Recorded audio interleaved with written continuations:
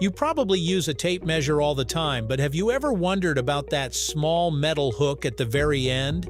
It may seem like a simple piece of metal, but its design is actually essential to how a tape measure works, and even a tiny detail in its construction can affect the accuracy of every measurement.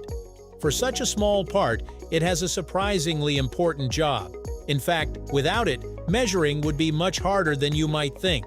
So why do tape measures have a loose metal hook? Let's find out right here on History of Simple Things.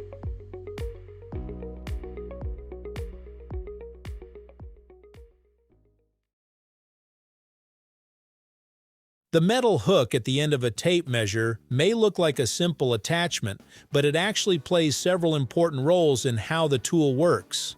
Its first job is to create a reliable starting point for measurement.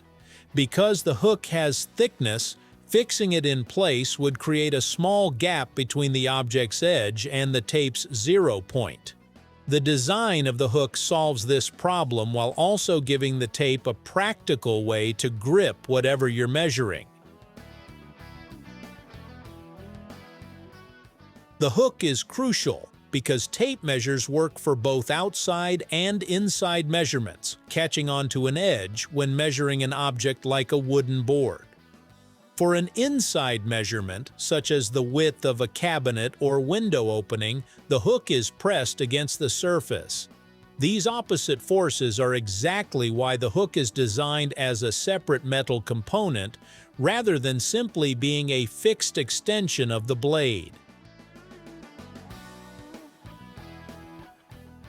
Its construction is surprisingly precise. The hook is attached to the blade with small rivets, and the openings around those rivets allow the hook a limited amount of movement. This isn't random play. It gives the hook enough travel to account for its own thickness. When the tape is pulled against an outside edge, the hook shifts outward. When pushed against an inside surface, it shifts inward, keeping the markings aligned with the true starting point.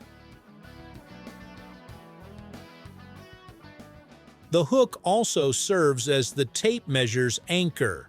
A flexible measuring blade would be difficult to use by yourself if there were nothing to hold on to at its starting end.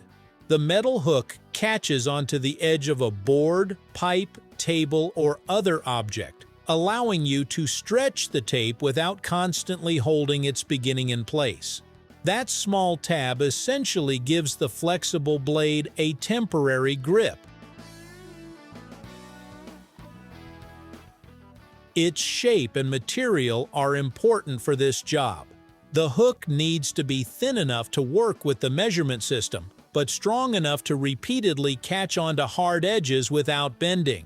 That's why it is typically made from durable metal rather than simply extending the flexible blade itself. The blade needs to bend, retract, and store inside the case, while the hook needs to remain relatively rigid and withstand repeated contact with other materials. This separation of jobs is a clever piece of mechanical design. The blade provides flexibility and distance measurement, while the hook provides a strong physical reference point.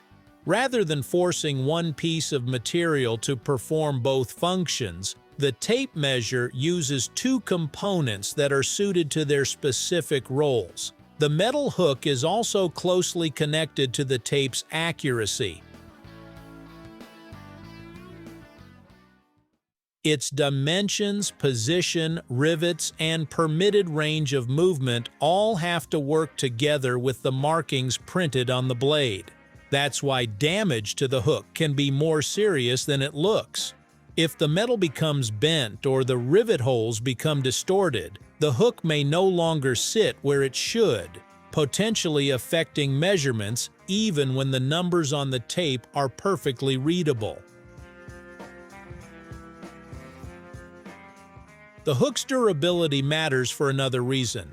Tape measures are constantly exposed to rough conditions. They are dropped, pulled across construction materials, hooked onto rough lumber, and repeatedly snap back into their cases. The end hook has to withstand all of that while continuing to provide a dependable reference point.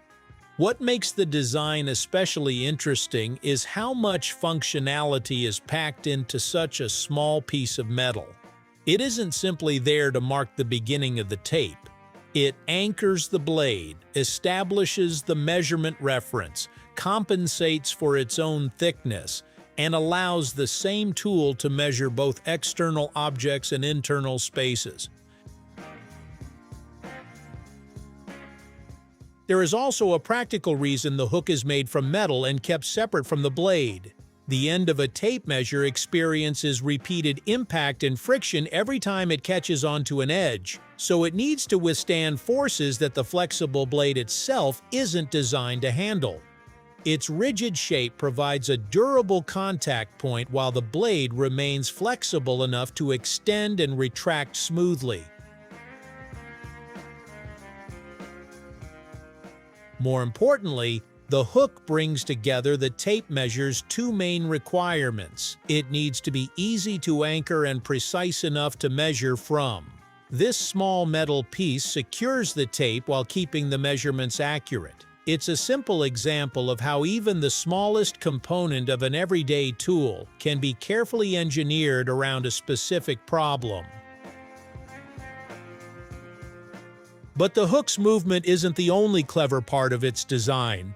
Its position also helps the user quickly establish a consistent reference point without needing to think about where the tape's markings begin.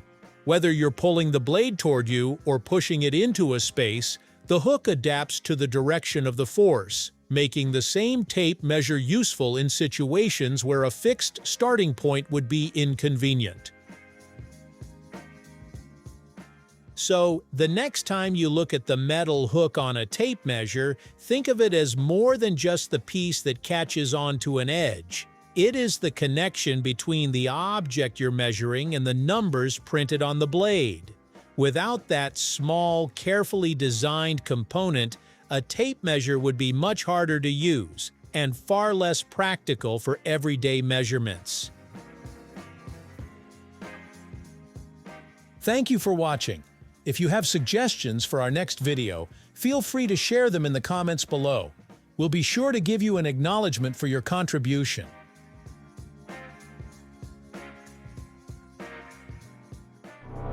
Thank you for joining us on this journey through the history of simple things. Don't forget to like, subscribe, and stay tuned for more stories woven through the smallest details.